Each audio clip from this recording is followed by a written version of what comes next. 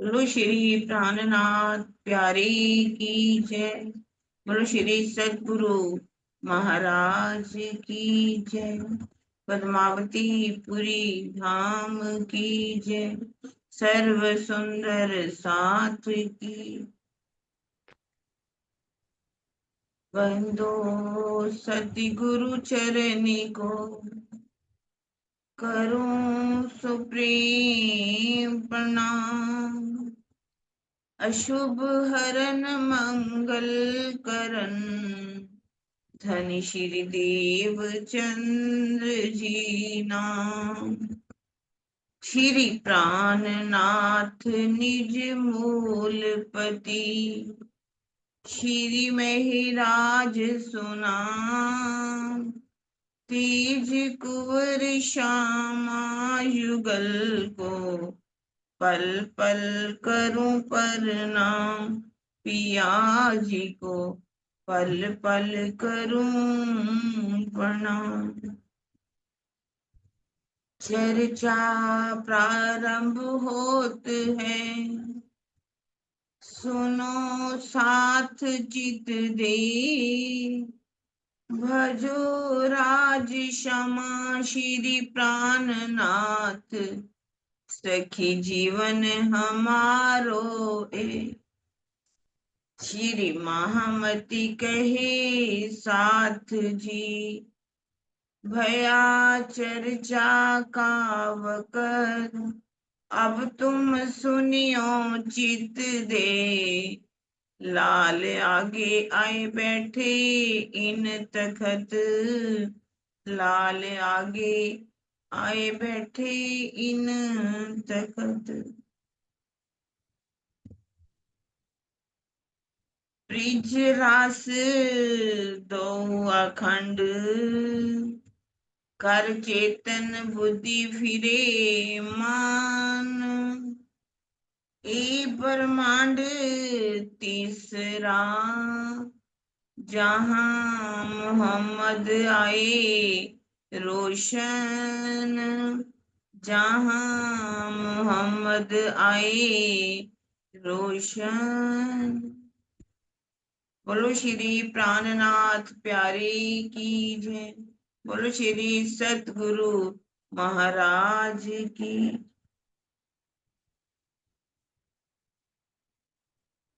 आप अक्षरातीत धाम के धनी श्री लालदास जी के धाम हृदय में विराजमान होकर के हम सबको तीसरे दिन की बीतक जो है मोहम्मद साहब की सुना रहे। पहला दिन ब्रिज का हमने ब्रिज की लीलाओं को सुना। 11 साल 52 दिन तक स्वयं अक्षरातीत ने उस तन के अंदर बैठ करके लीला। वहां से हमें कहा ले गई, रास में लेकर के गए। वो कितनी लंबी रात्रि थी जिसका कोई और छोर नहीं। वो भी अक्षरातीत के द्वारा ही हुई। और उसके पश्चात हम कैसे वापस गए परम धाम में। वापस जाकर के हमने फिर माया का खेल मांगा और राजी ने हमारी नजर को दिल में तो ले रखा है, पर हमारी सुरता उस समय अभी माया के खेल में नहीं उतरी, क्योंकि मोहम्मद साहब को भी अक्षर की आत्म को भी रसूल बना करके भेजना था। सभी धर्म ग्रंथ जितने भी हैं, चाहे भविष्य प्राण हो, प्राण संहिता हो, महेश्वर तंत्र हो, बुद्ध गीता हो, बुद्ध स्तोत्र हो, बाइबल हो, सबके अंदर पारब्रह्म के आने की निशानियां लिखी हुई थी। लेकिन अभी तक कुरान पक्ष नहीं आया, उसके अंदर निशानियां नहीं लिखी हुई। कुरान में निशानियां भी लिखानी थी, जिस कारण से उन्होंने स्वयं अक्षर की आत्म को रसूल बना करके यहाँ पर भेजा। जब भी कते पक्ष की चर्चा आती है, मोहम्मद साहब का नाम आता है, तो सभी क्या है, अपना मुंह बनाने लगते हैं। अरे मोहम्मद साहब की बेतक सुन करके हमने क्या करना है।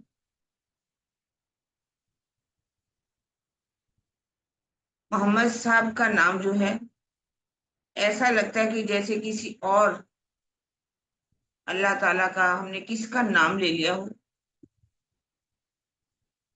पर देखा जाए, मोहम्मद का हम अर्थ नहीं समझते कि मोहम्मद किसे कहा गया है।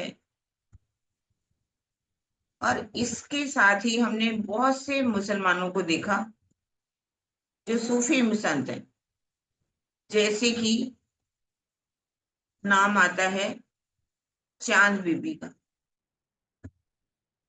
चांद बीबी भी बहुत ही योद्धा थी, उच्च श्रेणी की, जिसने मुगलों के साथ बहुत जो है लोहा लिया। चांद बीबी जो थी,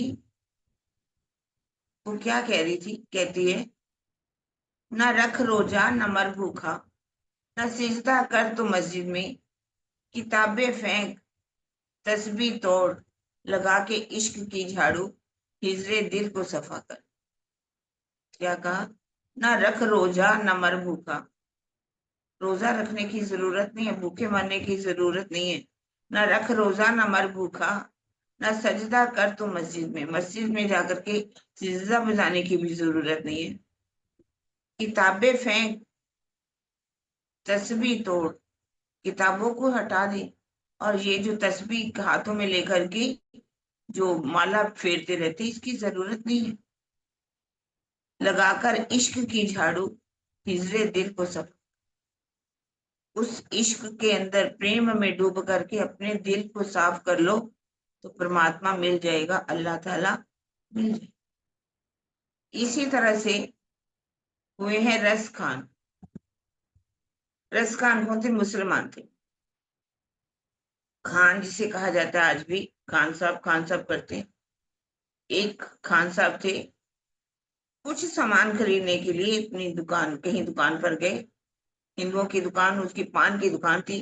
खाना खाने के बाद उनको पान खाने का शौक।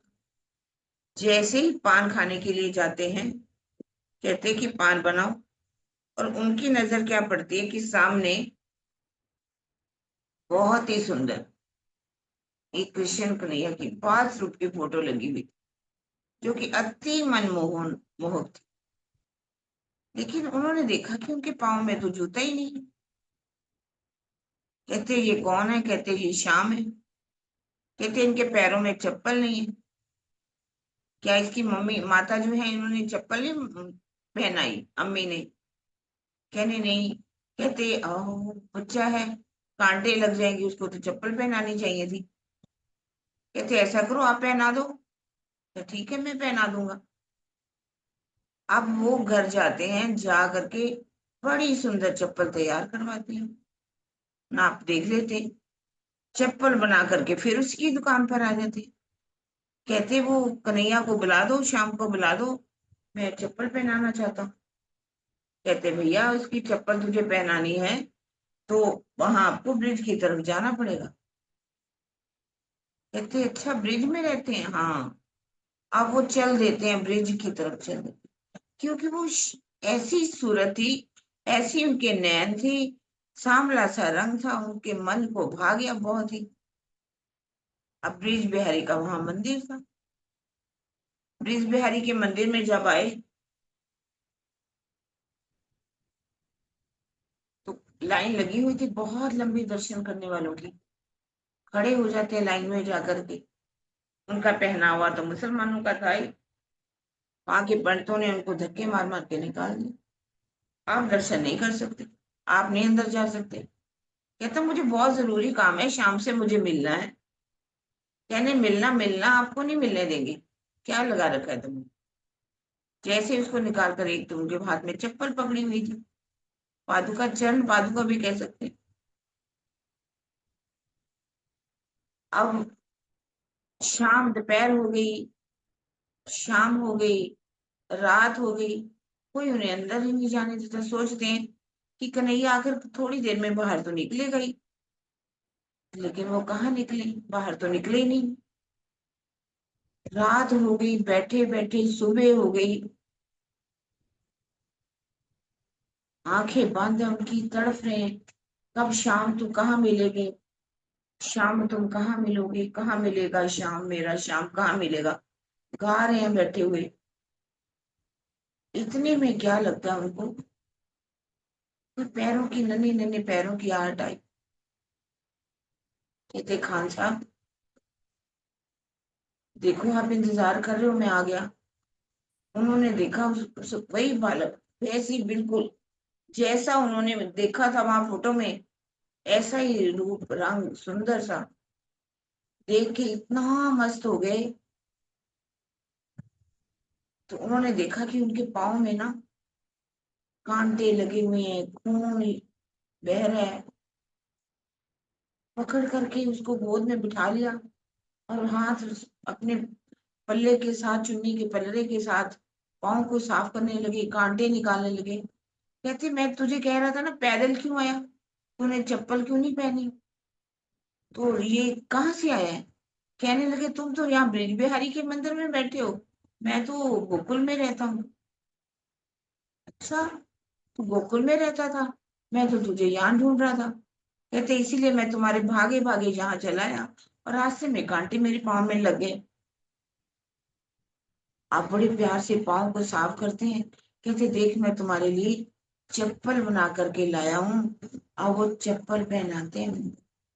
उनसे बहुत बातें होती हैं। वो रस खान जो है, कृष्ण कन्हैया के प्यार में इतने दीवाने हो जाते हैं, इतने दीवाने हो जाते हैं कि कई पद रस खान की जो है, उन्होंने कविताएं लिखी, और उनका नाम आता है रस खान का। इसी तरह से मस्तान हुए, एक मस्तान, वो भी मुसलमान थे। कहा जाता है कि वो पन्ना जी में आए, पन्ना जी में अंदर आना चाहा, लेकिन वो भी मुसलमान थे, वहां के जितने भी पुजारी लोग हैं, उन्होंने तो उनको अंदर ही नहीं जाने दिया। वो बाहर खड़े देख रहे हैं, झंडा जहां पर पंजा साहब लगा हुआ है, पंजे को देख रहे हैं, देख रहे हैं। कहा जाता है कि उसको जब अंदर नहीं आने दिया तो पंजा भी हिलने लगा। तो उन्होंने एक बहुत ही सुंदर गद बनाया, पन्ना परम धाम देख, करके आराम देख, आशिक को आराम देख, सकल दुख भागे हैं, कहते हैं मस्तान, जाको लागे इश्क तान, श्री प्राणनाथ जी पन्ना में भी राजी। तो चाहे मस्तान हो, रस खान हो, चांद बेबी हो, क्या हम मुसलमानों के नाम से उनसे नफरत करेंगे। इसी तरह से मोहम्मद साहब की भी तक अब शुरू होती है। उनको भेजना था रसूल बना करके। अल्लाह ताला जिसे हम अक्षरातीत कहते हैं, राज्य कहते हैं, उन्होंने जब्राइल फरिश्ते को बुलाया। जब्राइल फरिश्ते को बुला करके कहा कि तुम अरब देश में जाओ, मक्का के अंदर, और निर्भया जो है उसको ये इत्र दे करके आओ। इत्र जो है बेचकर तुम सब जो पैगंबर हैं, जो नूरी फरिश्ते हैं, उनका कहा कि आप भेष बदल करके एक जो इत्र बेचने वाले बन करके निर्भया के घर में जाओ। सारी बात बता दी। वो चारों फरिश्तों जो हैं, असराफील, जब्राइल, मिकाईल, अजराइल, वो फरिश्ते बन करके वहां पर जो आ जाते हैं निर्भया की घर में, इत्र लेकर, इत्र लेकर के जब आते हैं तो कुंडी खड़काते हैं उनकी। निर्भया जो है बाहर आती है, देखती है चार जो है इत्र के विक्रेता उनके दरवाजे पर खड़े हैं। कहते आपको इत्र, आप इत्र लेना चाहती हो, कहते दिखाओ। अब इत्र वो देखते, सामने से जो केशव यानी कि अब्दुल्ला, वो भी सामने से आ रहे होते हैं, इशारे से उनको बुला लेते, कहते ये इत्र की कैसी खुशबू है।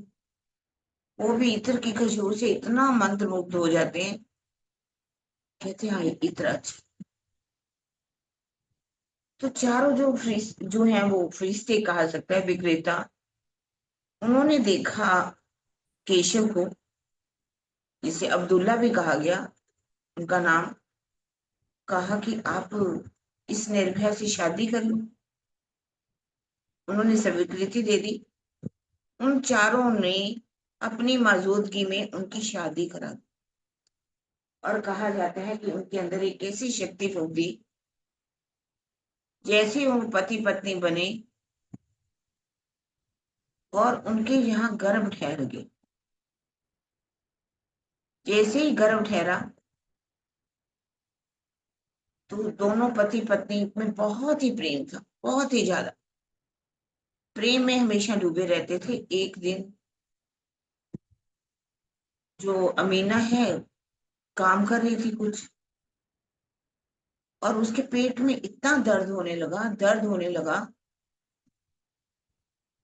तो जो केशव है वो जाकर के ताई को बुला करके लाते हैं। उस समय ऐसा राज्य था, चारों तरफ बुत परस्ती थी, हैवानियत ही हैवानियत थी। और वहां का धर्म गुरु जो था वो अब्बू जहल था। अब्बू जहल यानी कि महामूर्ख। जाहिल किसको कहते हैं? महामूर्ख। और उनका नाम था अब्बू जहल। हैवानियत थी। लोग जो मूर्ति पूजा करते थे, बुत परस्ती करते थे, 364 मूर्तियां रखी हुई थी। प्रतिदिन एक मूर्ति की पूजा करते थे, दूसरी को हटाते थे, मूर्तियों की पूजा होती थी। तो उसकी जो अब्बू जहल की एक नंग धड़ंग फोटो जो थी, अपने धर्म गुरु होने के कारण उन्होंने अपने घर में लगा रखी थी। ताई ने कहा कि यदि आप ये जो अब्बू जहल है, इसकी मतलब लिंग की सांस जाकर के तुम अपने पेट को स्पर्श करोगी तो तुम्हारे पेट का दर्द ठीक हो जाएगा। अंदर से आवाज आती है, माँ खबरदार, ये तुम काम नहीं करोगी। तुम्हें क्या करना है? दर्द हो रही है ना आपके, काबा की जो मिट्टी ला के रखी हुई है ना, उसको ऐसा करो, अपने पेट पर लगा लो, दर्द ठीक हो जाएगा। वो वैसा ही करती है, पेट दर्द ठीक हो जाता है। काबा उस समय था, काबा की मिट्टी थी उस समय उनके पास। जैसे कि हम भी कभी पन्ना जी में जाते हैं तो जहां पर प्रसाद लेते हैं, जहां अगरबत्ती जलाई जाती है, वो हम कहते हैं धूल लेकर के, यहाँ चरणों की धूल है, हम अपने घरों में ले आते हैं। बहुत से सुंदर साध को मैंने देखा कि जब शेरपुर में जाते हैं तो वो क्या कहते हैं, यहाँ की पूरी जो धूल है, जी क्या है, महाराज जी के चरणों की धूल है। महाराज जी ने यहाँ चरण कमल रखे हैं। तालाब के पास से कुछ मिट्टी उठाते हैं, कहते हैं ये चंदन है, अपने घर में ले जाते हैं। उनके भाव इतने अधिक होते हैं कि वो जहां भी लगाते हैं वो ठीक हो जाए। क्योंकि एक तरह से ये रेकी होती है, क्योंकि जो भी हम संकल्प करते हैं और उनमें उन परमहंसों की मेहर भी होती है, जिससे वो बात ठीक हो जाती। अब एक बार एक वहां पर ज्योतिष है, ज्योतिष जो है तांत्रिक वो था वैसे, उसने आकर के भविष्यवाणी कर दी कि जो निर्भया के घर बालक पैदावार होने वाला है वो प्रशंसित मोहम्मद है। मोहम्मद का मतलब होता है प्रशंसित, महिमावान। वो यहाँ पर आने वाला है। जब वो आएगा तो अपने संप्रदाय को फैलाएगा, सबको कलमा देगा, और ये जो तुम्हारी संप्रदाय चल रही है अज्ञानता में डूबी हुई, इसका पूरी तरह से वो नाश कर देगा। वो जो अब्दुल जहल था, उसको इस बात पर बहुत गुस्सा है कि इनके घर जो बालक पैदा होने वाला है हमारे ही संप्रदाय को समाप्त कर देगा, हमारी जो रीति रिवाज उनको सबका लय कर देगा, नाश कर देगा। तो हम क्यों ना इसी बालक को ही पहले से ही समाप्त कर दें। उन्होंने एक दाई को बुलाया, कहा कि जाओ दाई, तुम देख के आओ, किसी तरह से भी उस भ्रूण को जो बालक है उसको नाश करके आओ। वो आती है उनके घर में, और जैसे ही निर्भया के पेट में हाथ लगाती है, कहते हाथ चिपक जाता है, किसी तरह से छुड़ा करके भाग जाती है। जा करके कहती है देखो, मैं तो गई थी, वो हाथ जो है वो चिपक गया, और आवाज आई कि पढ़ कलमा। कहते नहीं, अब तो फिर से जा, और जा करके मैं तुझे 1,000 मोरे दूंगा, तू वहां जा करके उनके भ्रूण को नष्ट करके आ, कैसे भी दवाई दे, जो भी कर। कि ठीक है। फिर वो आ गई। फिर जैसे ही उसने पेट पर हाथ लगाया, कहा जाता है कि पेट पर हाथ चिपक गया, और कोशिश करने पर भी हाथ नहीं छूटा। उसने कहा कि पहले कलमा पढ़, फिर तेरा हाथ छूटेगा। और वो कलमा उस समय बोल दिया गया। कुछ सोचते कि कलमा बाद में आया, कलमा उससे पहले भी आ चुका था, क्योंकि जो तोरेत है वो मूसा पैगंबर के द्वारा पहले उतर चुकी थी। जंबूर जो है वो दाऊद पैगंबर के द्वारा उतर चुकी थी।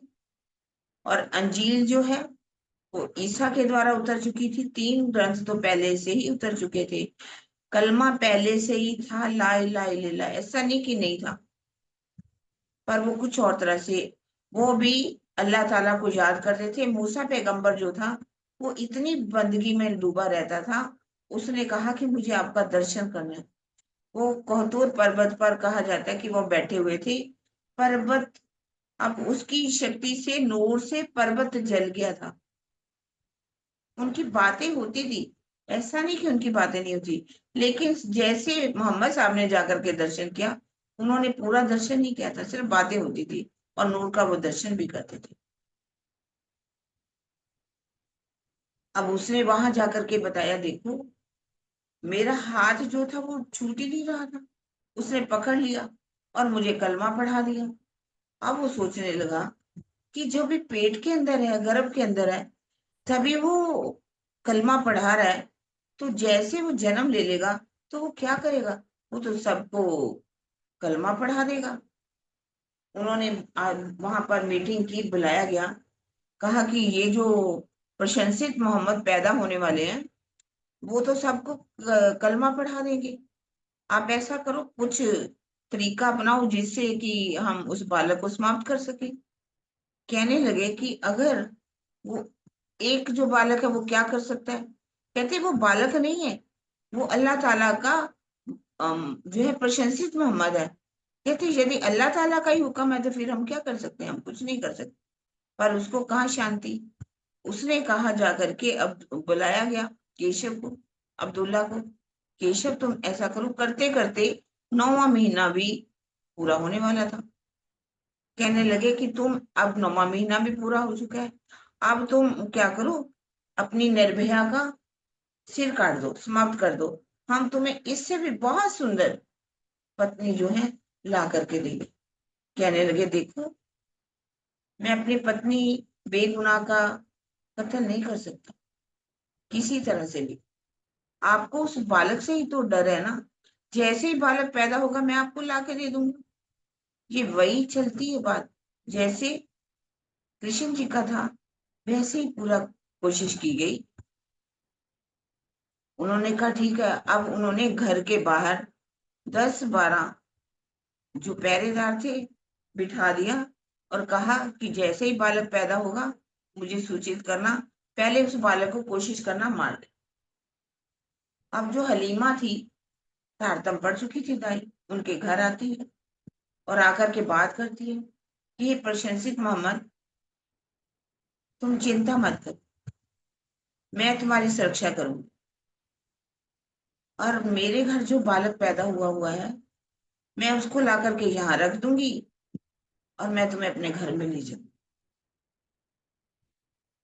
और जब्राइल फरिश्ते के द्वारा भी हुक्म हुआ कि तुम निश्चिंत होकर के इस संसार में आओ, तुम्हारे आने का पूरा इंतजाम कर दिया गया है, आप चिंता मत। जैसे ही बालक ने जन्म लिया, दाई ने, बच्चा रोया नहीं, उस बालक को ठक करके थैले में डाल करके किस तरह से भी वो लेकर के अपने घर में चली जाती है। और वहां जाकर के उस बालक को छोड़ आती है। जो उसके बालक पैदा हुआ होता है उस बालक को लेकर के आती। जैसे ही उस बालक के रोने की आवाज आती है, बाहर जो पहरेदार है उनको पता चल जाता है और जाकर के कहते देखो बालक पैदा हो चुका। अब वो बालक को उठा करके ले कहते ऐसा करो, इस बालक को आग जला दो, उस बालक को अग्नि में डाल। जैसे ही अग्नि में डाला गया लेकिन अग्नि उसको छू भी नहीं पाई। फिर कहा गया इसको पानी में डाल दो। अब पानी में भी वो बालक नहीं तैरा, गिरा ही नहीं, अंदर गया ही नहीं, तैरने लगा। फिर कहने लगे कि अब इसको तलवार से काट दो। तलवार से जैसे ही काटने लगे, बालक पर एक भी जख्म नहीं। ये तो अब्दुल्ला तो वो डरने लगा, जहल अबू जहल, कि अब मैं क्या करूं। कहा जाता है कि उस समय वही जो तांत्रिक जो ज्योतिष था जिसने भविष्यवाणी की थी, वो आ करके उसने कहा कि मैं आपसे आपको नष्ट करने के लिए इजाजत चाहता हूँ, आप अपना कुर्बानी दीजिए। उसने कहा ठीक है, मैं कुर्बानी देने के लिए तैयार हूँ। तब उसकी उन्होंने गर्दन काटी, उनके हुक्म से गर्दन कट गई, बालक समाप्त हो गया। उसका नाम अहमद रखा गया। अहमद का अर्थ होता है स्तुति। कुरान वाले वेद कतेब वाले जो हैं आज भी अहमद की सबसे पहले स्तुति करते, क्योंकि कुर्बानी उन्होंने मोहम्मद साहब के लिए जो कुर्बानी दी कोई भी नहीं दे सकता। अब जो हलीमा है वो अपने घर में जाती है, उस बालक को ना बड़े प्यार से गोद में रखती है, पालती है। कहा जाता है कि उसकी स्तनों में दूध तो था ही, दूध भी आने लगा, जो बहुत काम था बहुत आने लगा। उसने उस बालक को बड़े आराम से पाला, बड़े ही प्यार से अपनी गोद में बांध लेती। जंगलों में बकरियां जो हैं चराने जाती, लेकिन वो बालक का इतना ध्यान रखती, यदि वो जाते जाते बारिश, कभी कभी मान लीजिए धूप बहुत होती तो बदली बन जाती और उनको शीतलता प्रदान करती। यदि उनको प्यास लग जाती तो वहां बादल बरस जाते। इस तरह से बालक जो बड़ा होने लगा, कहा जाता है उधर अब्दुल्ला और उसकी माँ अमीना, वो उनकी जो है मृत्यु हो जाती। अब ये बालक तो पलने लगते हैं, लेकिन इतना साफ सुथरा बालक था, अपनी शुद्धि इतना रखता था, कभी भी किसी ने लघु शंका करते हुए, सोच करते हुए नहीं देखा। क्योंकि वो जब भी सोच करते या लघु शंका करते, पहाड़ों में से नीचे चले जाते तृटियों में, वहीं से साफ सुथरा हो करके बिल्कुल वो वापिस आते। सारे देखने लगे कि ये बालक जब से इनके घर में आया बहुत ही साफ रहता है, और कभी इसको शौच करते नहीं देखा, किसी तरह से गंदगी नहीं देखी इसकी, और इनके घर में भी कोई कमी भी नहीं है। पर वो हालांकि बकरियां भी चराने जाती थी, पर कमी भी कुछ नहीं थी उनके घर में। कहते ऐसा है, लगता है कि इनके घर धन दौलत आ चुकी है, हम ना इनकी माँ जो हलीमा दाई है उसको मार देते हैं और धन दौलत लूट लेते हैं। किसी कारण से ये बड़े तो हो गए थे मोहम्मद साहब, कहीं बाहर गए हुए थे, और बाहर वो लुटेरे आए, उन्होंने एक पत्थर लिया, हलीमा सो रही थी, उसके सिर के ऊपर मारा, वो बेचारी मर गई। जितना भी सामान था वो सब उठा करके लूट पाट के चले गए। जब उन्होंने आकर के देखा कि हलीमा तो मर चुकी, अब इतना मिलाप करते हैं, इतना रोते हैं। कहते जन्म में मेरी माँ बाप मर गए, ये हलीमा दाई ने मुझे पाला, इतना प्रेम दिया, इतना मेरे ऊपर ऋण है, मैं उनका ऋण भी नहीं उठा सकूंगा। कैसे मैं ऋण उठाऊंगा। बहुत जब विलाप करते हैं। आप करें क्या। उनको समाधि दे दी जाती है। रोज जाकर के समाधि को साफ करते, उसी समाधि के पास बैठे रहते। कहा जाता है कि वो ध्यान करते। बकरियां फिर चराना शुरू की, बकरियां ले जाते, बकरियों को छोड़ देते, दिन भर ध्यान में डूबे रहते, डूबे रहते। उनकी प्रशंसा की बातें, ध्यान की बातें पहुंच गई अबू जहल के पास। उन्होंने अपने आदमियों को कहा कि उनको उसको लेकर के आओ। जब कहा कि तुम्हें अबू जहल बुला रहा है, कहने लगे कि मैं राज्य से क्या लेना देना, राजाओं से मेरा क्या काम, मुझे राज्य अधिकारियों से कुछ लेना देना नहीं है, और मैं नहीं जाऊंगा। मैं तो एक संत हूँ, अपने परमात्मा की भक्ति में डूबा रहता हूँ, मुझे नहीं जाना उनके पास। उन्होंने जाकर के कहा वो तो नहीं आ रहा, वो मना कर रहा है। कहते जैसे भी हो उसको उठा करके लेके आओ। अब जाकर उठा करके लेके जाते हैं, पूछते हैं कि तुम्हारा नाम क्या है। कहते मेरा नाम, जब मैं बच्चा था, अनाथ हो गया, मेरे माता पिता मर गए, ये हलीमा ने मुझे पाला, मुझे क्या नाम से पुकारा जाएगा, मेरा नाम कौन रखेगा, तू कहाँ का रहने वाला है। कहने लगे मैं कहाँ का रहने वाला हूँ, मैं तो वो जो परमात्मा है, निराकार से भी परे है, वो लाहूत नासूत से परे है, मलकूत से भी परे है, जबरूत से भी परे है, लाहूत से भी परे है। वो परमात्मा तो वो है। तो मेरा नाम की मैं कहाँ का रहने वाला हूँ। मैं तो यही जानता हूँ कि जहां परमात्मा रहने वाला है, मैं वहीं का रहने वाला हूँ। अब देखा कि उन्होंने किसी तरह से भी जवाब नहीं दिया।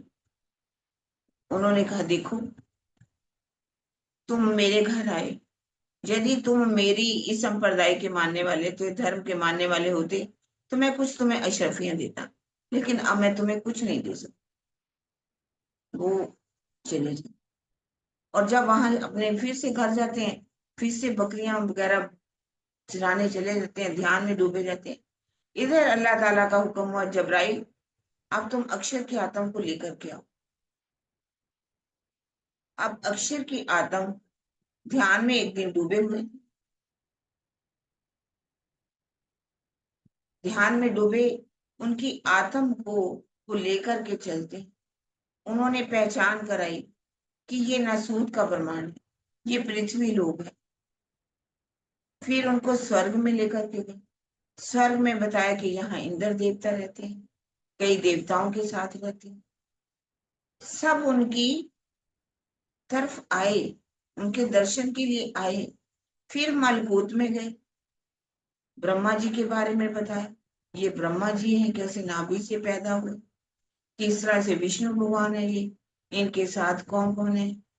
फिर बताया कि आप ये कौन है, शिव जी है, महादेव है, इनके साथ कई देवता रहते हैं। अब उनकी पहचान कराते उसके बाद ये शून्य का ब्रह्मांड है, ला मकान है, निराकार का मंडल है। निराकार के बाद उनको योग माया के ब्रह्मांड में, जबरूत में लेकर के, जबरूत के अंदर भी अव्यक्त सबले केवल ब्रह्म सच रूप में जब लेकर के पहुंचे, तो उनको पता चला, अरे ये तो मेरा ही ब्रह्मांड है, ये जबराइल फरिश्ता कौन है, ये तो मेरा ही फरिश्ता है। उन्होंने कहा कि अब तुम मेरे हुक्म से आगे पांव रखो।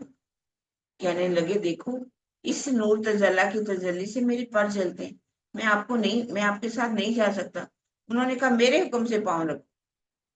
कहने लगे एक कदम रखने में जैसे 500 वर्ष बीत जाते हैं ना, ऐसा वो एक कदम रख नहीं सके। फिर कहा दूसरा कदम रखो, तो वो कहां से कदम रख सकते थे।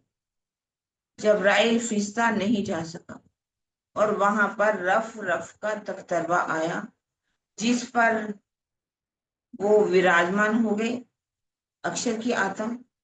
क्योंकि वहां पर सता नहीं जा सकती, अंदर परम धाम के अंदर जहां सता है वहां प्रेम नहीं, जहां प्रेम है वहां सता नहीं। अब सता का स्वरूप को हटाया, प्रेम का स्वरूप बने, इश्क मिला उनके रफ रफ का जो तख्तरवा कहा है। अब वो जमुना जी तक पहुंचे। कहा जाता है कि असराफील फरिश्ता भी वहां तक गया, वो बाहर घूमता रहा। अब वो अंदर चले गए, जमुना जी को पार किया। अमृतवन की रौस पर चलते हुए चांदनी चौक में पहुंची। हरा लाल वृक्ष देखा, सीढ़ियां चढ़ गई, धाम दरवाजे को पार किया। 28 आम चौक, 4 चौरस हवेली के बाद 5वीं गोल हवेली के अंदर, यहाँ अल्लाह ताला विराजमान थे। मोहम्मद साहब सीधा ही वहां पहुंच गए। उनकी कहा जाता कि एक कमान की दूरी थी। बैठ करके उन्होंने उनका दीदार किया। उनकी किशोर सूरत, अमृत जुल्फें, जिसमें इतने ही ना कि इतनी खुशबू आ रही थी, उस खुशबू को सूंघते सूंघते वो एकदम मदहोश हो। अब उनकी अल्लाह ताला से बातें हुई। अल्लाह ताला से उन्होंने जब बातें की, कहा जाता है 90,000 हरफ बातें हुई। उन्होंने कहा 30,000 जो है वो जाहिर कर देना, 30,000 पर आपका अख्तियार है, और 30,000 जो हर्फ है वो मैं जब आऊंगा तब मैं उसको जाहिर करूं। अब वहां पर जब बातें हुई, उन्होंने देखा, कहने लगे कि ये मोतियों के मुंह पर कल्फ क्यों?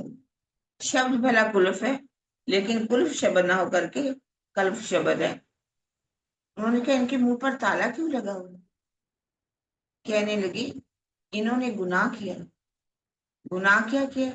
इन्होंने माया का खेल मांगा। तो कहने लगे इनका मुंह पर जो कुल्फ लगा हुआ है ये कब हटेगा? उन्होंने कहा इनकी कुंजी तेरा दिल, एक खुले जब आओगे, जब तुम सब इन मिलकर के आओगे तब इनके मोतियों के मुंह पर जो ताला है वो समाप्त होगा। और उसके पहले भी जब 30,000 हरफ के, तो खुलासा के अंदर आता है कि हाँ सुभाने मुझको हरफ 90,000, 30,000 जाहिर कीजियो, 30 पर अख्तियार, बाकी जो 30 बचे तुम राखियो छिपाए, बका दरवाजे खोलसी आखिर को हम। आप 30,000 जो हरफ थे उसमें कुछ बातें हुई। उन्होंने कहा कि तुम जब लेकर के जाओ, उन्होंने कहा मेरी जो उम्मत है वो उन पर क्या हुक्म है? उसमें कहा कि उनको वो बुत परस्ती करती है, बेहवानियत है। उन्होंने कहा उनको जाकर के कहना कि तुम 6 महीने की नमाज पढ़ना और 3 महीने का रोजा रखना। कहने लगे मेरी उम्र जो है उनकी छोटी सी आयु है, अगर वो 6 महीने की नमाज पढ़ेंगे, 3 महीने का रोजा रखेंगे, तो काम कब करेंगे? उन्होंने कहा अच्छा ठीक है, आप ऐसा करो, 3 महीने की नमाज उनको पढ़ने के लिए कहना, और 45 दिन का रोजा रखना। अब तीसरी बार जब उन्होंने देखा, चुप हो। कहते 2 बार तो मैं उनकी बात नहीं मानी, अब मैं तीसरी बार कुछ नहीं कर सकती। कहते क्या बात मोहम्मद, कुछ अभी भी कमी लग रही है? उन्होंने चुप हुए देखा। उन्होंने तीसरी बार कहा कि 12 समय की नमाज, और उसके बाद 45 दिन का जो है वो रोजा रखने की बात कही थी। उन्होंने कहा अच्छा तुम ऐसा करो, 5 समय की नमाज और 30 दिन का रोजा तो बहुत जरूरी है, और छठे दिन की नमाज का भी कहा कि छठे दिन की नमाज भी आपको पढ़नी। अब वहां से जब बातचीत करके आए, तक उनके लिए कहा जाता है सुखपाल आया, और वो वहां से छोड़ करके वहीं पर उनको छोड़ दिया जहां पर वो लेकर के गए। कहा जाता है कि उस समय वो वहां पर एक काली कमरी ओढ़ करके लेटे हुए। तो जो उनका चाचा था, उन्होंने कहा अरे मोहम्मद, अब्दुल्ला, तुम कहीं गए थे? मुस्तफा तुम कहीं गए थे? बताया उन्होंने कि मैं कैसे कहाँ गया था। सारी बात बताई मैंने, नसूद को पार किया, मलकूत को पार किया, जबरूत को पार किया, लाहौत में गया, मैंने अल्लाह ताला का दीदार किया, उन्होंने मुझे कैसे शिक्षाएं दी, सारी बातें मैं सुन करके आ रहा हूँ। वहां जब बातें बता रहे थे तो कहा जा रहा है कि एक जो था यहूदी बैठा हुआ, कहने लगा कि तुम कैसे जा सकते हो, तुम ये गप्पे मार रहे हो, कभी हो ही नहीं सकता, तुम कैसे पहुंच सकते हो इतनी जल्दी, इतना जा करके पार करके सब तुम बातें करके वापस भी आ गए। मैं नहीं मानता, बड़बड़ करता हुआ चला। रास्ते में जब जा रहा था तो देखा कि मछली बिक रही है, उन्होंने एक मछली उठाई, ले खरीदी और घर गया। कहता बेगम इस मछली को काटो और बनाओ, मैं तब तक ना नहा करके आता हूँ। वो नहाने के लिए एक नदी थी पास में ही, उस पर चले गए। घरों में आज की तरह बाथरूम तो थी नहीं। अब उसने कपड़े उतारे, जैसे ही पानी के अंदर छलांग लगाई, उसको ऐसा लगा कि वो किनारे पर चला गया, दूसरे किनारे पर। और अब वो कपड़े तो पहने नहीं हुए, सोचता है कि मेरे कपड़े कहाँ गए, और स्त्री का रूप हो बिल्कुल। और अपने आप को इतनी शर्म आने लगी, मेरे पास कपड़े नहीं है, मैं नंग धड़ा हूं, मैं क्या करूं, रोने लगी। इतने में वहां पर एक और यहूदी आ गए। उसने देखा कि जो औरत है वो रो रही है। उसने उसको अपने कुछ कपड़ा दिया, पहनाया, कहने लगे चल तुम मेरे साथ घर चल। आप अपने घर में ले गया, घर में ले जाकर के कहा, कपड़े इत्यादि दिए। कहने लगे बताओ मैं तुम्हें कहाँ छोड़ूं। कहते कि मुझे पता ही नहीं मेरा घर कहाँ पर है, मैं क्या बताऊं तुम्हें। कहते ठीक है फिर ऐसा करो, तुम मेरे साथ ही रहो, शादी कर लो। कहते 7 साल तक वो उनके पास रहे, बच्चे भी हो गए उनके। इन बच्चों से इतना घबरा गया, इतना घबरा गया कि अब उस विलाप करने लगा, मैं कहाँ से फंस गया, मैं कहाँ का रहने वाला था, कहाँ फंस गया। उनका विलाप देखकर कुछ यहूदी को बहुत उन पर करुणा आ गई। उसने कहा "हाँ, चलो मैं तुम्हें वहीं ले चलता है जहां से मैं तुम्हें लेके गया"। और वहां जाकर के उसने पानी के अंदर जैसे ही छलांग लगाई, वो दूसरे किनारे पर पहुंचा, बाहर निकला, वस्त्र वैसे ही पड़े हुए थे, पहने और घर चलाए। जब घर वापस आया तो कहने लगा मछली वैसे ही पड़ी थी। कहने लगे बेगम मैं तुझे कह के गया था कि तुम मछली बना दो, काट दो, मछली वैसे ही पड़ी है, तुमने तो कुछ किया ही नहीं। कहने लगे देखो, हर काम में टाइम लगता है, जो मैं पहले काम कर रही थी वो काम करके तो मैं मछली काटती, मछली काटने को टाइम कितना लगता है, आप इतनी जल्दी कैसे मैं काम कर लेती। उनका माथा ठनका, अरे ये जो वो बात मोहम्मद कह रहे हैं वो सत्य ही कह रहे हैं। वो फिर वही सभा में मंडप में पहुंच जाती। सभा मंडप में जा करके कहते, जैसे ही बैठते हैं वो कहते हैं कि क्या बात है, आप गए थे वापस क्यों आ गए, कुछ देखा क्या, कुछ आपके साथ घटना घटी। सारी घटना ज्यों की त्यों बता दी। अब वो वहां पर प्रचार करते हैं, परमात्मा की पहचान करवाते हैं। जब उन्होंने देखा कि वो पहचान करवा रहे हैं, उन्होंने कहा ये तो अल्लाह सबको, अब्दुल्ला अपना उमर, उस्मान, अब्दुल्ला और क्या कहते हैं अली, सारे चरणों में आने लगे उनके, उनकी बातें सुनने की। उनकी शादी भी हो चुकी थी उस समय। तो अब ये हमारा तो धर्म ही समाप्त कर देगा। तो उनको मारने के लिए उन्होंने सारी फौज को भेजा। अब कहा जाता है कि वो भाग रहे हैं, वहां से मक्का से निकल करके मदीना की ओर चल देते हैं। जा रहे हैं आगे। राज्य ऐसा रेगिस्तान का एरिया था। कहते जब वो जा रहे थे कुछ गुफाएं दिखाई दी, कहा जाता है गुफा के अंदर चले गए। जैसे ही गुफा के अंदर प्रवेश के, पीछे से सारी फौज आ रही है उनके पास, सिपाही जो है उनके पीछे लगा रखे थे, और उसके अंदर वो घुस गए गुफा के अंदर। कहा जाता है वहां एक मकड़ी थी, मकड़ी ने उसी समय जाला बना दिया। अब जैसे ही जाला बुना गया, सिपाहियों ने आकर के देखा, इधर सैनिकों ने, वो चले कहाँ गया, मोहम्मद जो है वो दिखाई नहीं दे रहा। यहाँ गुफा तो है, लेकिन गुफा पर तो मकड़ी ने जाला बना रखा है, इतनी जल्दी जाला तो बन नहीं सकता।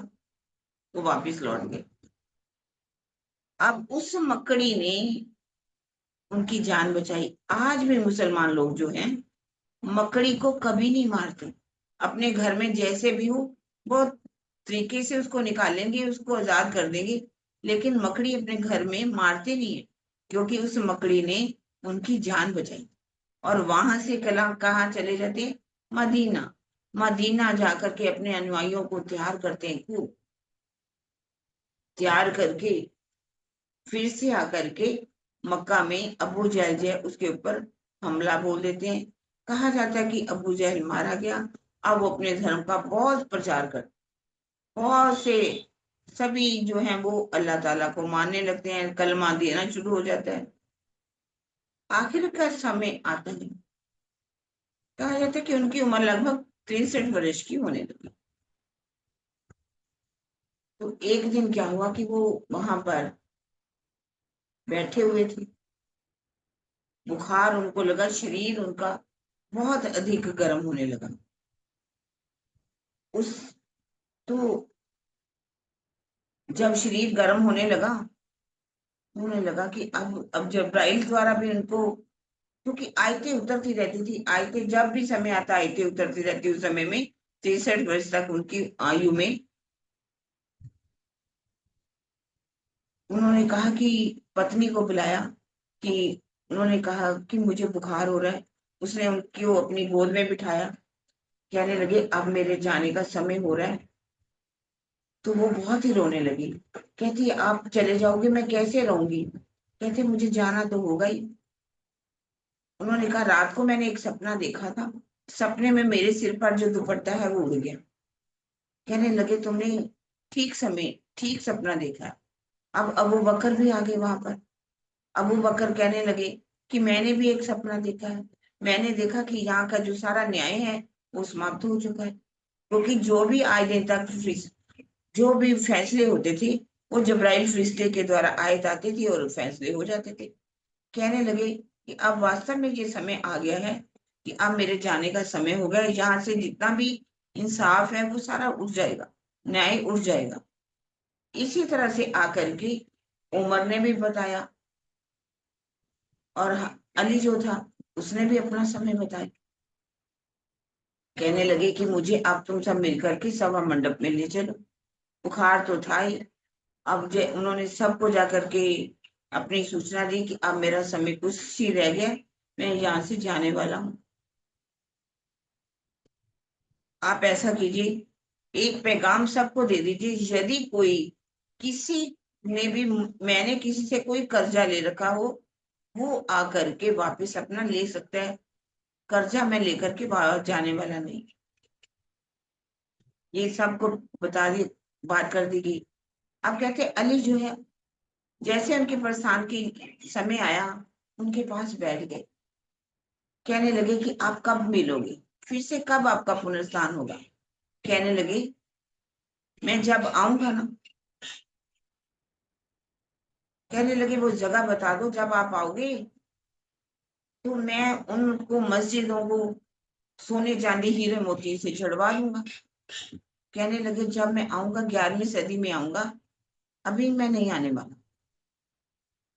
और जब मैं आऊंगा तो अब मेरा ठिकाना कहाँ होगा? मोमिनों का दिल होगा, वहां पर मैं आऊंगा। तो कहते उस समय निशानियां क्या होंगी? उन्होंने कहा कि निशानियां ऐसी होंगी कि चारों तरफ आपको विद्वान बहुतायत अवस्था में बहुत संख्या में मिलेंगे। ईंट उठाओ तो आपको विद्वान मिलेगा। व्यापारी भी बहुत अधिक होंगे। औरतें जो हैं अपने पतियों को छोड़ करके औरों के साथ अपने संबंध बनाए। आज अगर जो मैं निशान को पढ़ने लगूं, 40-41 निशान हैं जो उन्होंने लिखी हुई हैं।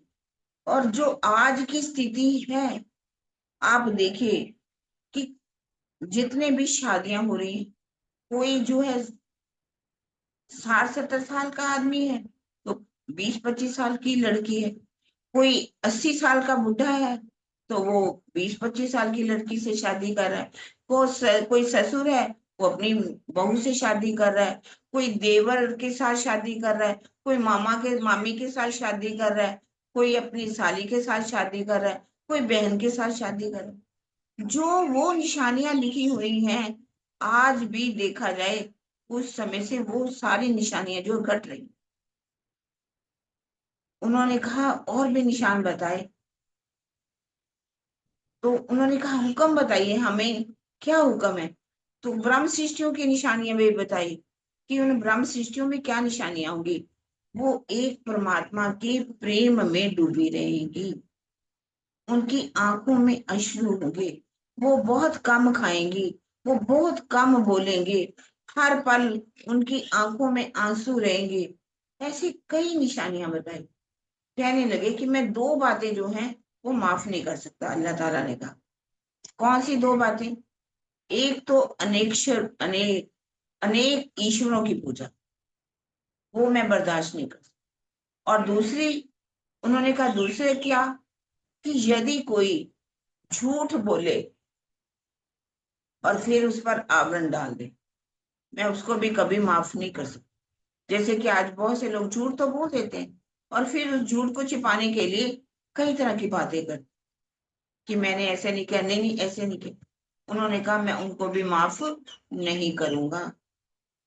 और इधर जो संदेश दे दिया गया था कि यदि किसी ने ऋण लेना हो तो आ जाओ, वहां पर एक यहूदी आ गया, कहने लगा कि मेरे को, जब मैं युद्ध में गया था तो इनका हंटर मुझे लगा था मेरी कमर पे, पीठ के ऊपर। अब मैं चाहता हूं कि मैं उनको एक हंटर मारना चाहता, मेरा कर्जा है उनके ऊपर। उन्होंने सबने कहा कि आखिरत का समय है, रसूल साहब का जाने का, पैगंबर साहब का, और तुम ऐसे समय में, कितनी उनकी हालत खराब हो रही है और तुम अपना कर्जा लेने के लिए आ गए हो। अगर आप हंटर ही चलाना चाहते हो तो 10 हंटर मुझे मार लो। अबू बकर ने कहा, उमर ने कहा 20 मुझे मार लो, उस्मान ने कहा कि मुझे 30 मार लो, अली आकर के खड़ा हो गया कि मुझे मार लो, जितने चाहे मार लो। हसन और हुसैन भी आ गए, उन्होंने कहा तुम मेरे नाना जी को छोड़ दो और हमें जा जो है हंटर मार लो। कहते सब चुप हो जाओ, कोई भी मेरे और पैगंबर साहब के बीच में कोई नहीं आएगा, मैं कर्जा अपना स्वयं ही तुरवाऊंगा। तब कहा जाता है कि अब्दुल उनको कहा गया कि फातिमा के घर उनकी जो बेटी थी, फातिमा के घर वो हंटर पड़ा हुआ था, बहुत 80 किलो का, शायद कहते वो हंटर था। जैसे ही उन्होंने कहा जाकर के वो हंटर आपसे मांगा जा रहा है, कहने लगे इस समय उनको हंटर की क्या जरूरत पड़ गई। बताया कि इस तरह से एक यहूदी आया है, उसने कहा कि मैं एक हंटर, मेरा कर्जा है, मैं लेना चाहता हूँ।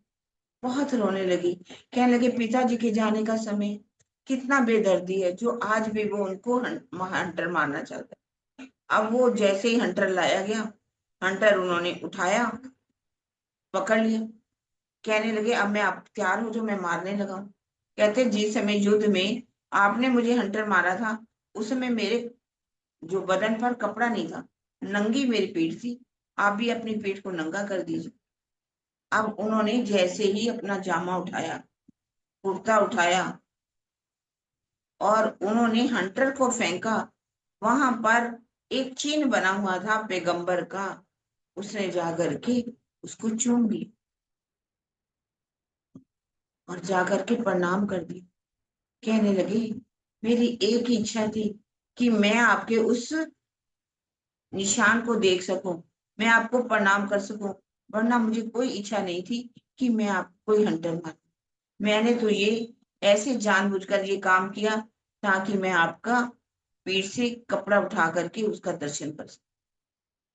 उसके बाद कहा जाता है कि उनको लेने के लिए जब्राइल फरिश्ता आया, जब्राइल फरिश्ता उनको लेकर के वापिस लौट गया। जिस समय उन्होंने कहा था कि मेरे को अबू बकर नहलाएगा, मेरी कब्र जो है यहीं पर, मेरी पत्नी आयशा की जो कमरा है उस पर मेरी समाधि बना दी थी।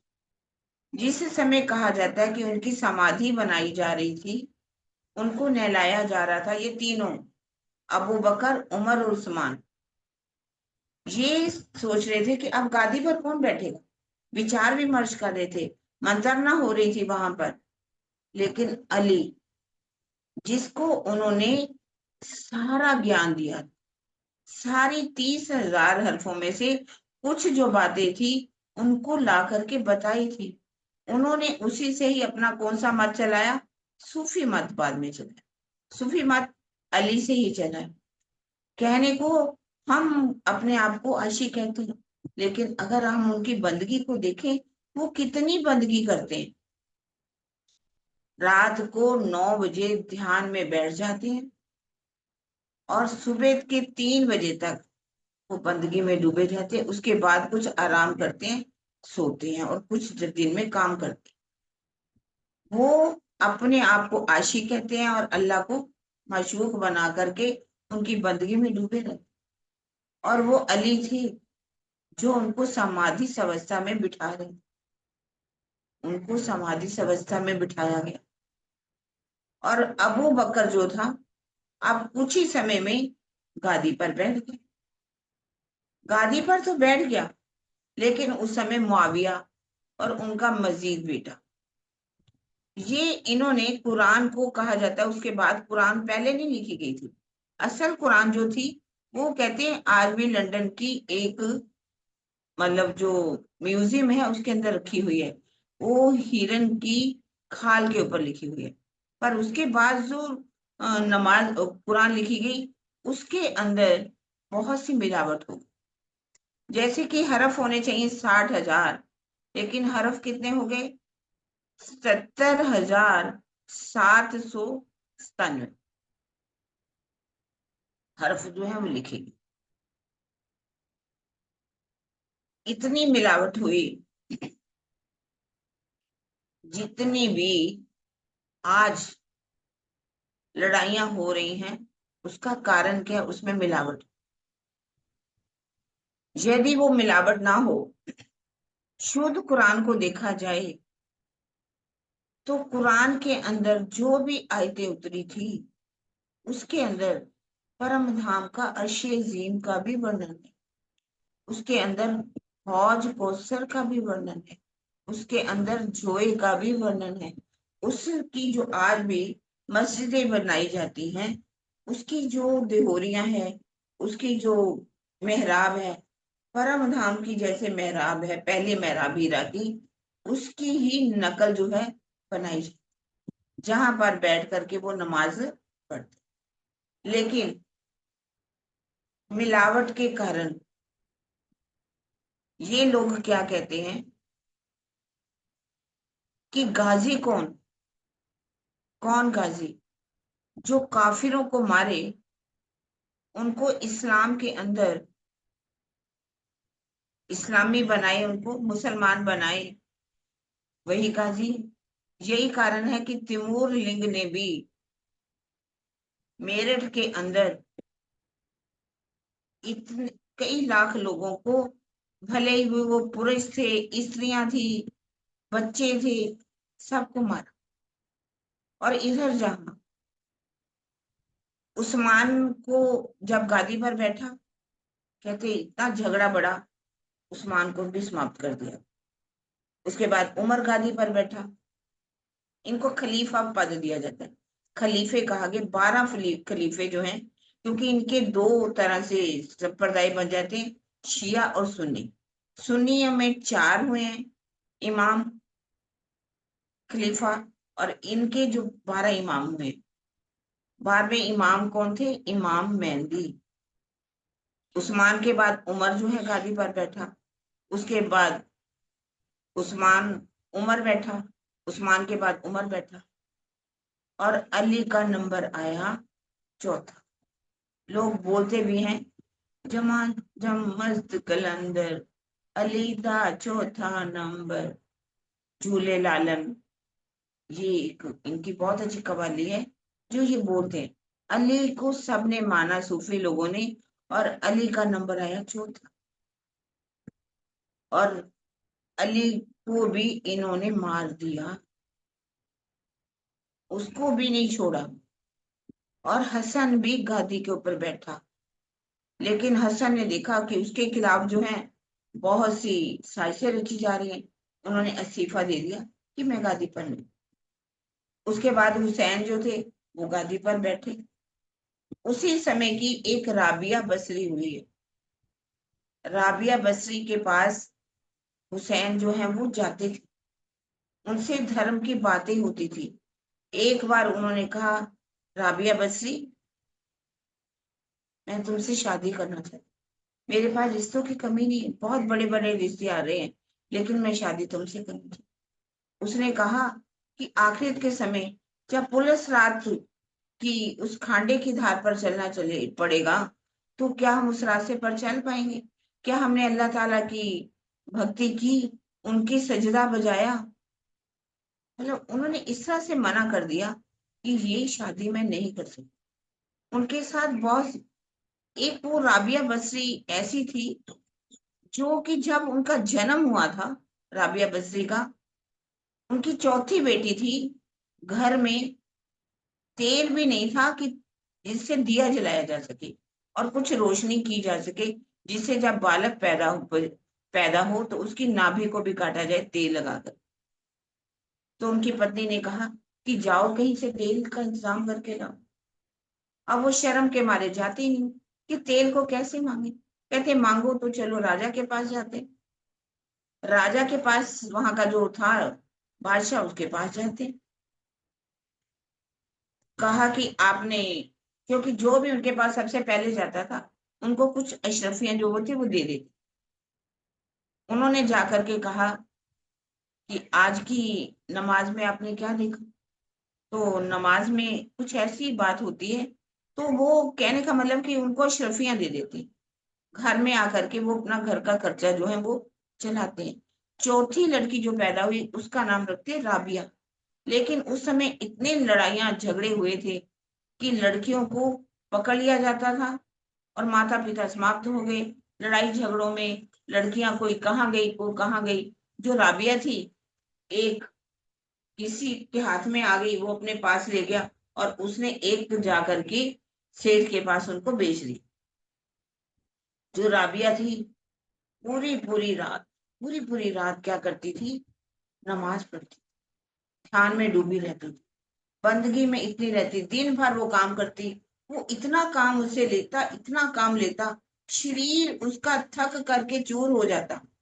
पर वो रात के समय कहती, हे अल्लाह ताला, दिन में तो मैं इनकी नौकरी करती हूँ, अब रात को मैं सोचूं कि मैं तुम्हारी बंदगी ना करूं क्योंकि मैं थक गई हूँ।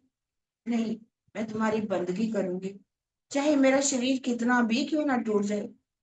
कहते कि उसको दर्शन होते थे, उसको नूर दिखाई देता था। एक रात किसी कारण से वो जो उनका मालिक था उठा, उसने उन बाहर एक झुग्गी सी बना करके झोपड़ी दे रखी थी। उस झोपड़ी में उसने देखा कि बड़ी रोशनी दिखाई दे रही, और रोशनी जब दिखाई दे रही उसने सोचा कि ये तेल इसने चोरी किया, मैं तो उसको तेल देता ही नहीं। तो जाकर के देखा, उसकी झोपड़ी जो थी एकदम लगा कि रोशनी रोशनी, और वो उस परमात्मा के प्रेम में, उस अल्लाह ताला के प्रेम में इतनी डूबी पड़ी है। प्रातः काल ही वो डर गया। कहा देखो राबिया, मैं तुम्हें आजाद करता हूँ, जो मैंने तुम्हें खरीद पैसे दे करके तुम्हें खरीदा है, मैं उसे भी माफ करता हूँ। अब राबिया जो है वहां से चल पड़ती और वो एक घर ले लेती है छोटा सा, उसमें दिन रात प्रेम में डूबी रहती है, उस परमात्मा के आशिकी करती है उससे उसे। और वहीं पर उनको हुसैन भी मिलते हैं आकर के, और जब उनकी शादी का वो देते हैं पैगाम, लेकिन वो उसको स्वीकार नहीं करती। आगे भी उसकी बहुत सी स्टोरी है, लेकिन मेरा मतलब है कि हुसैन उस समय करबला के मैदान में, जब वो किसी कारण से सब जा रहे थे और इसने जो मुआविया था, यजीद उनका उस समय बेटा था, उसने वहां पर उनके ऊपर हमला बोला। सब ये लोग जा रहे थे, सबको, छोटे छोटे बच्चों को भी नहीं मारा। करबला का युद्ध आज भी बहुत मशहूर है। आज भी उनके मुसलमानों की अब बात सुनो तो वो क्या कहते हैं कि उस समय क्या आरएसएस था जब उनको मारा गया था, तुम्हारे के बीच में ही जो थे, जो उनको मोहम्मद साहब के जो नाती थे उनको भी नहीं छोड़ा था, उनके बेटों को भी नहीं छोड़ा था, सबको समाप्त कर दिया। मोहम्मद साहब जो थे, जो उन्होंने पैगाम दिया, जो कुरान में कहा, उसके अंदर कोई ऐसी गलत आयत नहीं है कि जिसको कष्ट दिया जाए। उसमें एक आयत जो है, मैं कल पढ़ रही थी, दूसरी ऐसे 12वीं आयत के अंदर बात लिखी हुई है कि तुम्हारा धर्म तुम्हें मुबारक, हमारा धर्म हमें मुबारक। इसमें आतंकवाद का कोई भी स्थान नहीं है। जो जिसका मानना चाहे उसको मान सकता है, हमें किसी में भी दखल अंदाजी नहीं करनी चाहिए। मोहम्मद साहब वैसे भी बड़े करना भरी, कहते कि जब वो एक बार गली में से निकलते थे, क्योंकि वहां पर जितने मुआविया वगैरह थे, उसने अपना जो है धर्म, जो संप्रदाय था, फैला रखा था। और उन्होंने ये कहा था कि जो भी इनके मानने वाले, उनको परेशान किया जाए, मोहम्मद साहब को मानने वाले, और मोहम्मद साहब को भी परेशान किया जाए। वो बुढ़िया पूरा दिन काम करती, जितना कचरा इकट्ठा करती, जब मोहम्मद साहब उनकी गली में से निकलते, ऊपर रहती थी कमरे में, उनके ऊपर गंदगी फेंक देती सारी। एक दिन नहीं, कई दिन तक ऐसा होता था, उनके ऊपर वो गंदगी फेंकती रही। अब एक दिन वो गली से निकले तो आज किसी ने गंदगी, कूड़ा करकट जो था नहीं फेंका, ऊपर देखने लगा कि क्या बात है, आज उस बुढ़िया ने मेरे ऊपर कूड़ा करकट नहीं फेंका। ऊपर चढ़ गई सीढ़ियों पर, जाकर के देखा, वो बुढ़िया जो माई थी, बुखार में इतनी गर्म हो रही थी, उसका शरीर आग की तरह तप रहा। वो गए, पानी उठाया, पानी की जो पट्टियां हैं उसके ऊपर से उनको, मतलब बुखार जो उतारा जाता है, सेवा की उनकी, इतनी सेवा की। तो वो कहने लगी कि, उन्होंने पूछा था कि आज तुमने मुझे कूड़ा क्यों, कहने लगी आज मुझे बुखार हो रहा था इसलिए मैंने। तो उन्होंने जब उनकी सेवा की, कहने लगी यहाँ तो मुझे ऐसे ही समझाया जाता था, जब इनके ऊपर निकले तो कूड़ा फेंकना, लेकिन आप कितने रहमान हो, कितने करुणामयी हो, मैंने कितना गलत समझा। क्योंकि ये जो बड़े होते हैं, गादियों पर बैठे होते हैं, जो उनको समझाते हैं, जो उनके कानों में बातें डालते हैं, उनके अनुयायी तो वही बात सुनेंगे। वो जब तक सत्य को पहचाना ना जाए, सत्य की बात ना जानी जाए, तो आप सत्य को कैसे जान सकते। अब यहाँ पर भी आतंकवाद का क्या कारण है?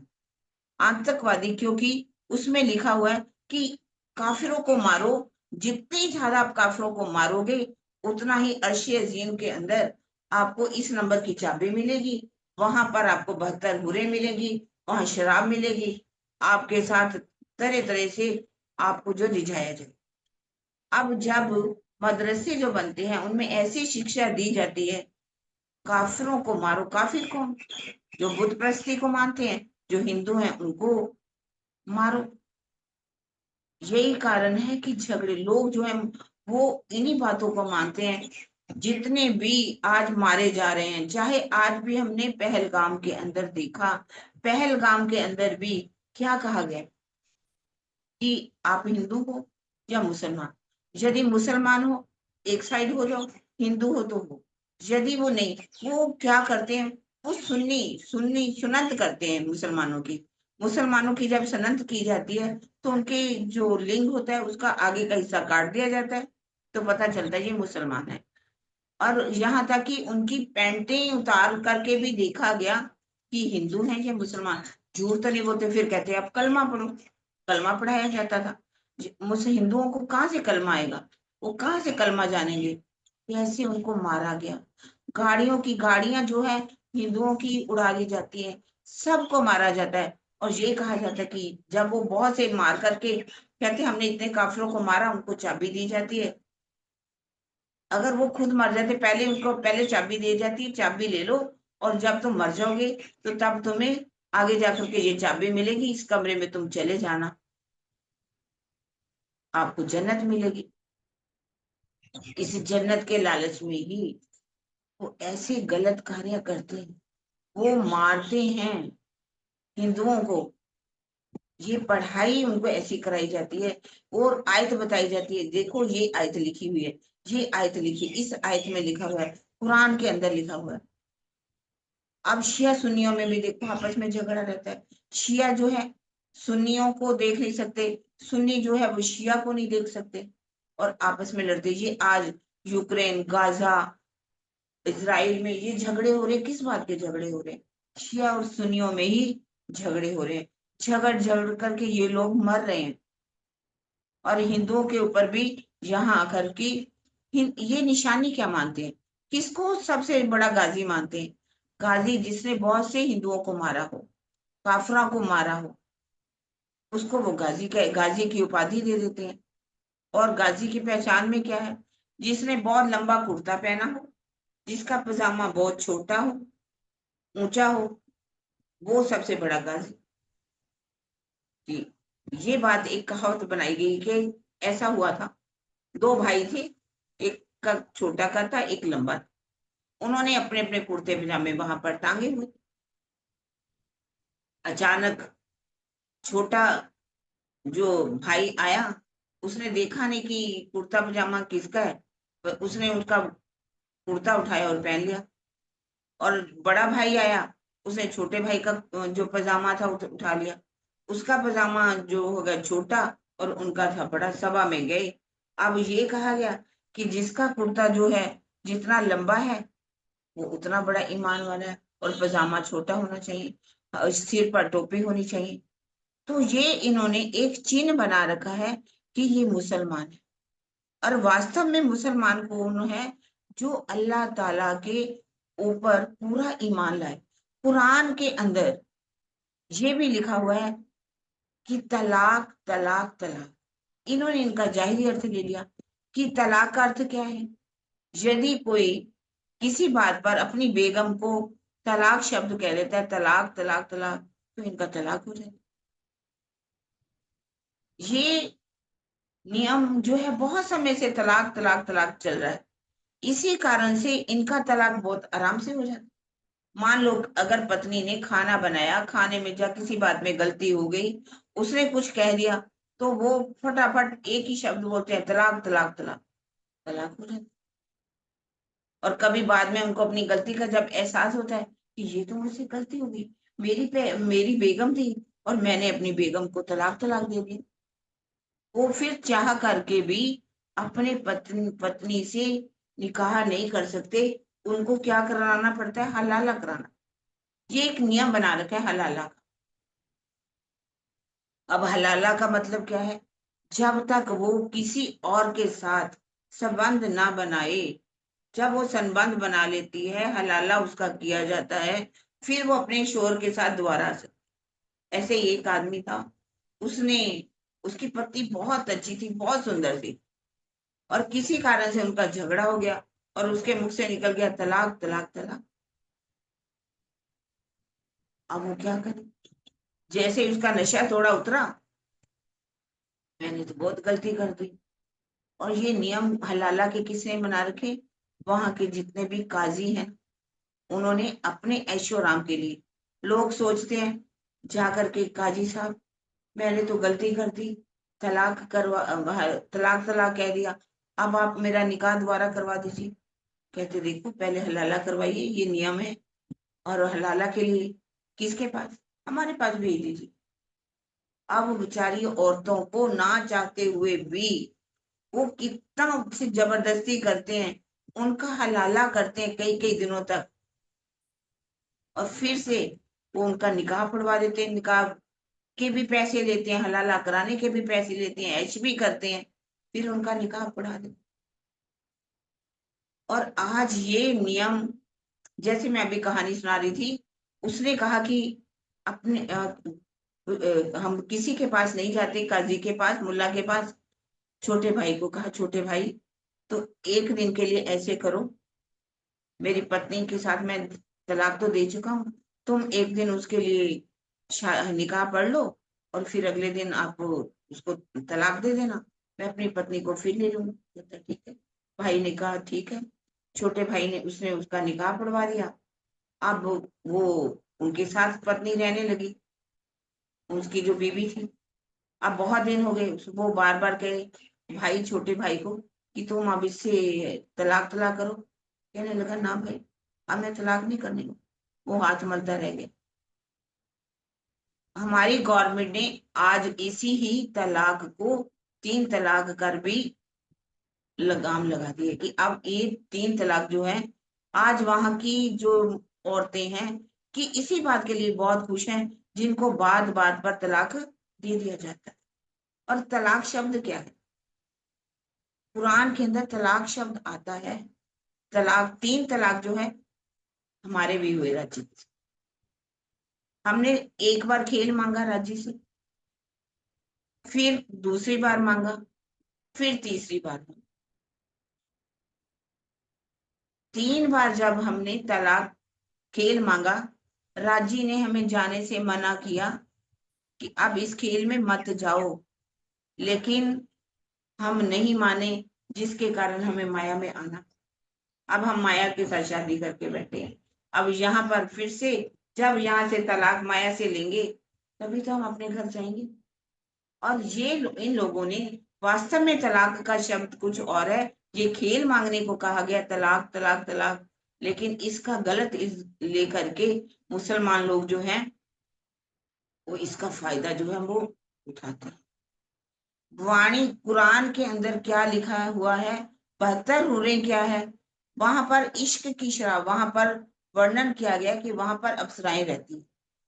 वो उनको 72 हूरें कहते हैं कि जब हम ये काम करके जाएंगे तो हमें 72 हूरें मिलेंगी, वहां पर भी हमें शराब मिलेगा, वहां पर शराब मिलेगी, इश्क की शराब में जो है वहां पर ऐश करेंगे। तो अब भी जब मरते हैं तो कहते हैं जाओ, आपको क्या है, कहते हैं वो खुद भी कहते हैं कोई बात नहीं, हम जब मर जाएंगे, काफिरों को मारेंगे, अल्लाह ताला हमें अर्श अजीम में पहुंचा देगा। अर्श अजीम में जब जाएंगे 72 हूरें मिलेगी, शराब मिलेगी, वहां भी हमें कौन सा ऐशी तो करने, इस संसार में रह करके भी हम ऐश करते हैं, वहां भी ऐश करेंगे। तो कहने का मतलब है कुरान के अंदर मिलावट होने के कारण ही ये लड़ाई दंगा फसाद का कारण बना। वरना मोहम्मद साहब जो है वो जो कुरान लेकर के आए, जो अल्लाह ताला ने उनको पैगाम दिए हम सब के लिए, उस अर्श अजीम का वर्णन किया, जिस हौज कौसर का वर्णन किया, जिस जमुना जी का वर्णन किया, वो परम धाम में वो निशानियां लिखी हुई थी। उनके आने का समय 11वीं सदी था। 10वीं ईसा, 11वीं इमाम, 12वीं सदी, फजर तमाम, ये लिखिया बीच, सिपारे आम, 30वां सिपारा जाको न। कुरान में अंदर लिखा हुआ था जब अल्लाह ताला आएंगे तो 2 तान धारण करेंगे, हरा हुल्ला और सफेद पुतरी। हरा हुल्ला कौन है? श्यामा जी, जिसको ईसा रुअल्ला कहा गया है। और दूसरा जामा कौन सा है? इमाम मेहंदी। इमाम मेहंदी जब आएंगे तो सारे संसार का इमामत करेंगे, सारे संसार का न्याय करेंगे, न्याय की कुर्सी जब पर बैठेंगे और सब का हाथ पकड़ करके जो जिन्होंने उस अल्लाह ताला को नहीं माना उनको कैसे पश्चाताप की अग्नि में जलाया जाएगा, मोहम्मद के साथ सिफायत के लिए भेजा जाएगा, मोहम्मद सबकी सिफायत करेंगे, अल्लाह ताला सबका न्याय करेंगे, कैसे उनको दोजख की अग्नि में जलाया जाएगा। कुरान के अंदर जो आप क़यामतनामा पढ़िए, उसके अंदर 10 प्रकार की दोजख की अग्नि लिखी, उनको कैसे दोजख की अग्नि में जला करके, पश्चाताप की अग्नि में जला करके उनको कैसे भिष्टे मिलेगी। ये सब बातें जो हैं कुरान के अंदर लिखी हुई हैं। लेकिन कुरान को बिना उस जागृत बुद्धि के भी समझा नहीं जा सकता। आज हजार कितने साल हो गए, 15वीं सदी आ गई, 15वीं सदी में तक कुरान, जो 14वीं सदी तक कुरान पढ़ा जा रहा था, 11वीं सदी तक, लेकिन कुरान के मायनों को किसने खोला? जिन्होंने आकर के इन निशानी जिन्होंने लिखवाई थी, जिनकी जो बातें हैं वही आकर के खोल सकते हैं, वही आकर के खोलेंगे। पहला जो है तन रूह अल्लाह ईसा का होगा, दूसरा इमाम मेहदी का होगा। अब हम कल से पहला जो तन है हरा हुल्ला जिसे कहा गया है, जिसे रूह अल्लाह ईसा कहा गया है, जिसे श्यामा जी कहा गया है, वो कैसे इस संसार में आकर के प्रकट होंगे कैसे उनके तन से लीला होगी, कैसे उनको दर्शन होंगे। पहले दिन की, चौथे दिन की लीला, जो चौथे दिन की कहा गई, पहला तन कहा गया, उसकी बीतक हम सुनेंगे कल। आज ये जो है तीसरे दिन की लीला, मोहम्मद साहब की बीतक, जो हमने इसको सुना, जो मैंने किताबें पढ़ी, जो हमारे ज्ञानपीठ से निकली हैं, उन्हीं से मैंने इस शब्दों के लिए, मेरा इसमें कोई भी शब्द नहीं है। अगर आप में इसमें कोई डाउट हो तो आप, इससे हम बात कर सकते हैं, इससे पहले कि हम चौपाई को दोहरा देंगे।